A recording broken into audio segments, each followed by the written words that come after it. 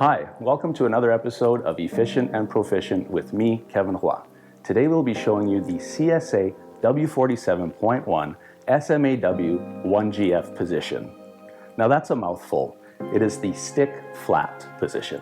The 1GF or flat position is your qualifying test. You need to pass this one before you move on to your other ones. This test will be done on 3/8 plate with a backer bar, 1/2 inch gap with a square side and a bevel side.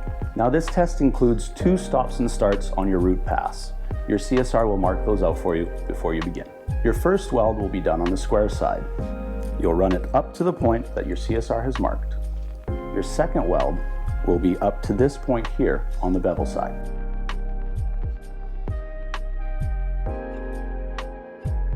Once you've completed your starts and stops and your CSR has checked them, you can continue to fill up this coupon. Now you want to fill it out to flush or above flush, but you cannot go over 3 millimeters. Once your root pass is complete, you'll be able to fill out the rest of this coupon. You want to make sure that your last pass is above flush. If you need more help to prepare for test day, a lot of this information is available in the S-Class handbook. Check out the link below. We're going to go over some tips and tricks of how to properly weld this coupon. The direction of weld travel on the root pass doesn't matter. It could be right to left or left to right. But once you pick one, you have to go the same direction for the entire root pass. Now your rod angle is very important to perform this test properly. You want to have your rod 45 degrees to your square side, and you also want to lean about 10 degrees forward. In the flat position, I recommend running on the higher end of the recommended amperage. We will be using a 1/8 7018 electrode to perform this test. I'm going to be maintaining a consistent arc length and a consistent travel speed. Maintaining a correct arc length and travel speed will ensure that your bead profile and your penetration are consistent. As always, small, hot passes. You do not want your first weld to get too close to your bevel side, or else you'll have a hard time tying it. There is no grinding allowed on this test, only wire wheeling. But prep is very important to avoid weld faults. These are some of the tools that I'll be using. Now before we get to welding, don't forget your PPE. Now let's get to the fun part.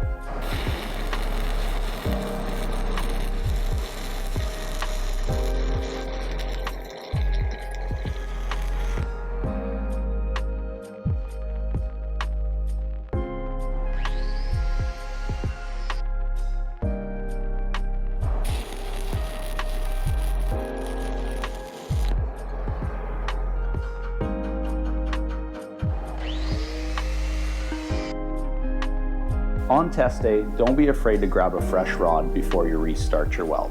When you restart your weld, you want to start just in front of the crater, establish your arc, come back, trace your crater, and then move on. This happens very quickly. Now I'm going to complete my root pass. Don't forget to let your CSR check this before and after you're done.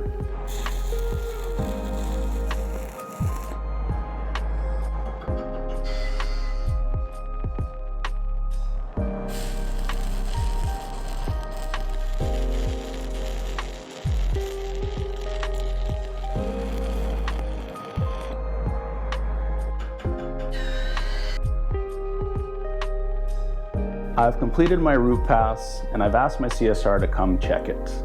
Now I want to show you something. On test day, things will go wrong. I've got a bunch of arc blow that happened right at the end of my weld. Check it out. Things can happen that are out of your control. At the end of my weld here, I had some arc blow, which sent a ton of spatter onto my other weld. I've called my CSR over to come check it out. It's important not to panic. Most of this stuff will burn out once you finish your passes. The reason I suggest small hot passes is you don't want these 2 welds to touch in the middle. That could give you a spot of lack of fusion. Now we're ready to fill out the coupon. Now don't forget, your cap must be above flush.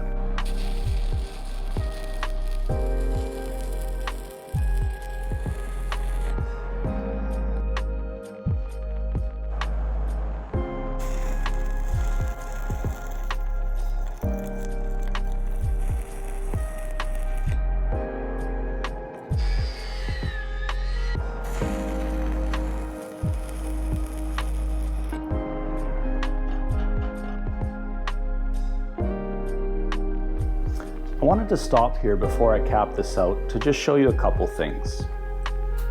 As you're working through your coupon, it's very important to maintain your edges. You do not want your cap to get too wide. When you're welding this, you want to work your welds from one side to the next. If you notice that you have a low spot, it's okay to go ahead and put another pass in there. So I've brought my coupon up to just below flush. When we cap this out, we don't want it to exceed 3 millimeters in height.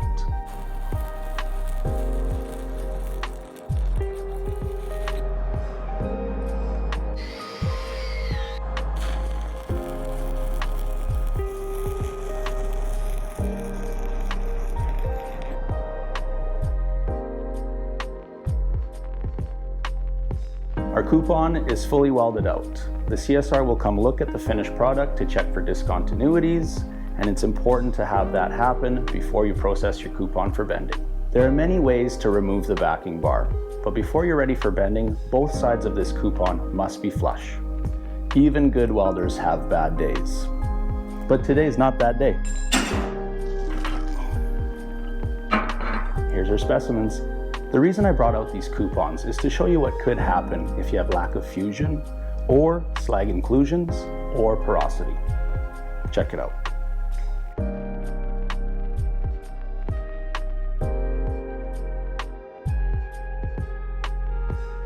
Any indication bigger than 1/8 of an inch or 3 millimeters is considered a fail.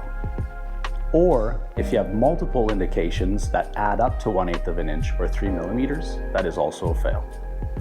And that's a wrap on the SMAW 1GF position. I hope these tips and tricks have been helpful. Good luck, and we'll catch you on the next one.